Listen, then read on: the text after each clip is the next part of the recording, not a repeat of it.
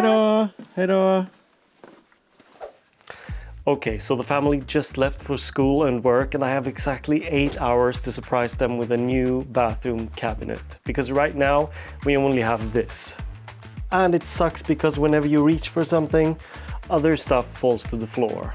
And I want to surprise them so that when they get back from work and school, we have a new bathroom cabinet. And I also bought the cheapest router table I could find on Amazon for this project. So this is hour one, let's go. Okay, so this right here is my small workshop. It's brand new since I just moved and I don't have a table to work from yet. And as you're about to see, I'll be doing a lot of work from the floor for this one. Because of this new workshop being really small, I need to move stuff around all the time. The first thing I did was to get my material down from the shelf that I just set up to store the wood that I'm now taking down. Isn't it ironic? Oh, and let me know in the comments if you managed to catch all the music references, by the way. And in order to cut the wood down to length on the miter saw, I had to move the planer thicknesser out of the way. It's the Sudoku workshop right now. Lucky for me, most of my stuff has casters. I already had a simple design in mind, so I started right away by cutting my material to length on the miter saw. I do this for a couple of reasons. It's easier planing my material down when they are cut down as opposed to really long pieces. But you also lose less material that way in case your wood is bent or cupped. In this case, it's birch. It's going to be a simple carcass with glued up pieces of birch, 2 shaker style doors and a back panel. Birch is a popular wood in Sweden and it's quite nice working with. It doesn't have many knots in it and planes and cuts really well. I usually do planing and thicknessing over a couple of days, but in this case I will just have to rely on luck and the moisture level of the wood since I'm doing it in only one day. Good riddance to me. Since the miter station doesn't have any support, this happens. When all the pieces were cut to size, I could start planing it down.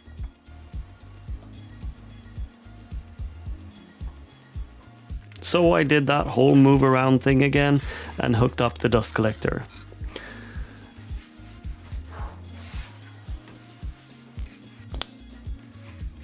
This video is sponsored by PCBWay. A little while ago I used their service to make a machinist square that I designed in Fusion 360. And that turned out so good. And then I also had them make these. My 3D printed Festool battery holders for the IKEA pegboard. Check out PCBWay.com to see the services that they provide, whether it be CNC machining or 3D printing. Thanks to PCBWay for sponsoring today's video.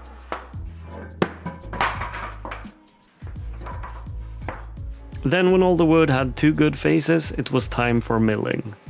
Running them through one by one. And there were a lot of pieces, and this actually took longer than expected. To make it quicker, I tried running them right after each other. That also prevents some of the snipe that the thicknesser can leave. Then I took this incredible shot. Nothing seems to be in focus in the shot, which is really fascinating. I don't know how or why, but that's the nature of cameras, I suppose. A beautiful mess. So, when all the milling was done, I could continue working on cutting the pieces to size on the table saw. I had already spent 2 hours and this was not looking good. The wood was about 12 to 14 centimeters wide and I wanted the cabinet to be a bit deeper. That meant I had to glue the pieces to size, which meant I had to cut them on the table saw. And for some reason, I really don't know what I was thinking here, I decided to just glue full pieces up. What I should have done was cut thinner strips and glue those last centimeters to each board. But somehow during the stress of all this, I thought doing it this way would be faster. Dumb. Mistake number 1. And then this happened. The fuse blew. I need to upgrade the electrical, so I went and replaced the fuse with my last fuse. And I got to work again. And then it happened again. And this was not good for me, especially during time stress. After roaming around the house for about half an hour, I finally found a new fuse and I had it installed. I milled all the wood to the correct thickness and then I had it glue up into wider panels. I used some dominoes to align the pieces during glue up. This isn't necessary, but it sure makes the glue up easier. Remember to plan your dominoes well. I will cut my pieces to length later and you don't want to reveal the dominoes during that phase.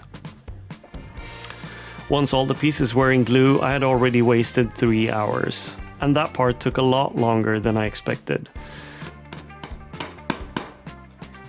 2 of the pieces also seemed too thin, so I had to cut up some extra wood to mill, empty the dust bag twice, that sort of stuff.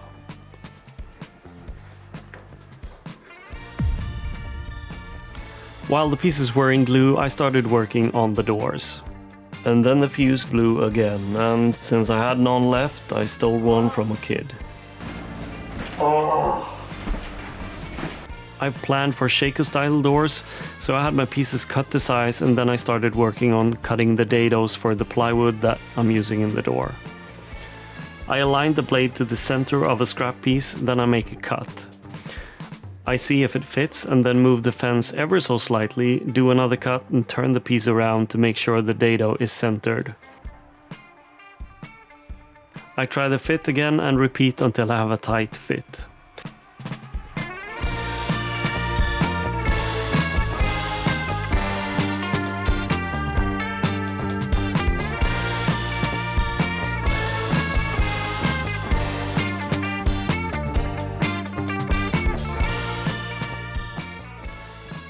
Then I repeated the same measured cut on all pieces.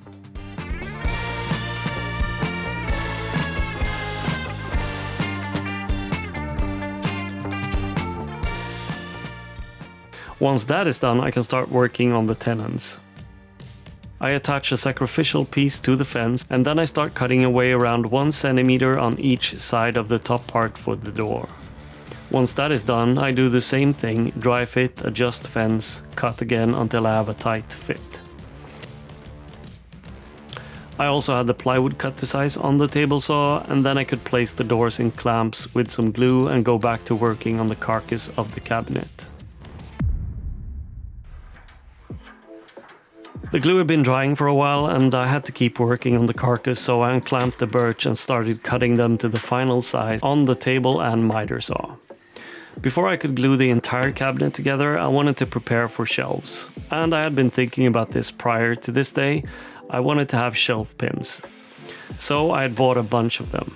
But then I talked to my good friend Steve, who said he had a jig from Craig for drilling those holes. And I looked on Amazon, 6 days to arrive and $60. I didn't want to spend that or wait for it. So instead I 3D printed this and attached some of these ball bearings that have a 5mm opening. Then I could start drilling those holes. Once that was done, I had another issue to tackle. I was going to make a dado on the back for the back panel to sit in. And I didn't want to do that on the table saw because I don't want to cut all the way through. So I ordered this, the cheapest router table I could find on Amazon.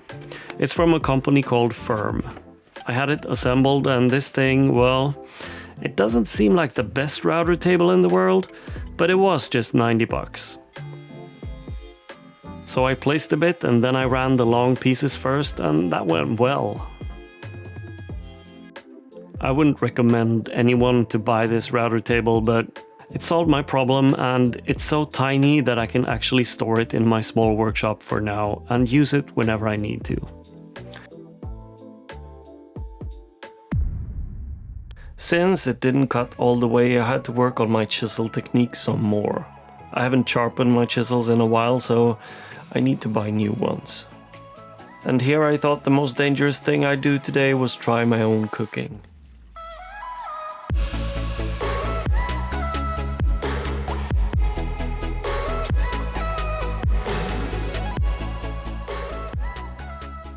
I wasn't going all fancy with miters, so I used the domino to make some simple butt joints and I attached the cabinet together in no time. Well, I wouldn't say no time. Time was actually ticking. But now it had to dry up again. Such a waste of time. It was about this time I realized I probably wasn't going to be able to make it in time. I had less than 2 hours left before the family would arrive, and I still wasn't finished with the doors. They needed hinges and gluing up, then sanding everything and finishing it. But I decided to power through and then try to keep the family out of the workshop for the rest of the day and realize my defeat. I just couldn't make it in one day. Now, I don't want to be too hard on myself because I think I can actually make a cabinet like this in one day, but since I was recording this as well and not only moving all of my tools around, I had to move the camera around as well. That was about the last thing I did that day because I knew I wouldn't make it in time. Instead, I tried cleaning up a bit and get ready for day 2. I started day 2 by cutting the back panel to size, and then I realized that I didn't have shelves. So I had to bring out the planer again and went to town on that. Luckily I could use the pieces that were a bit thin for the carcass, and they were already planed on one side. But still, I don't know why I didn't think about that. Then it was time to attach the hinges. I got this jig from Banggood. There's a link in the description. It seems very price-worthy. I attached it to the doors and then I could just drill the holes with the included Forstner bit, and it was honestly a breeze. Everything ends up in the correct place without any measuring.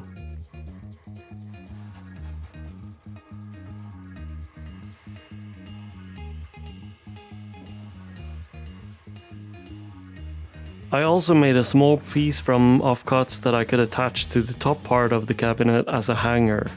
I had a small piece cut to size, rounded the edge over just as a nice detail, drilled some countersunk holes for attaching it to the wall, and attached it to the cabinet with glue. Then I sanded everything to 180, attached the back panel and applied Rubio Monocoat Oil Plus 2C Cotton White, which gives the wood a lighter white tint. You simply apply it, wait a couple of minutes and then wipe off the excess and it's done. And here's what happens when you work on a small area with too much equipment. It didn't break, well, the light dome got D-shaped, but yeah.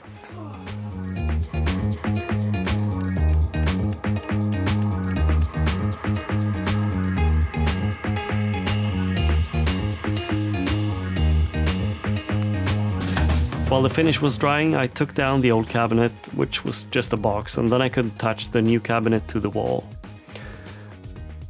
This bathroom of ours is really small and there isn't a lot of room for storing stuff, but the cabinet fits perfectly and it houses a lot of stuff. Since I had time, I went ahead and made a small shelf above the sink from scrap pieces.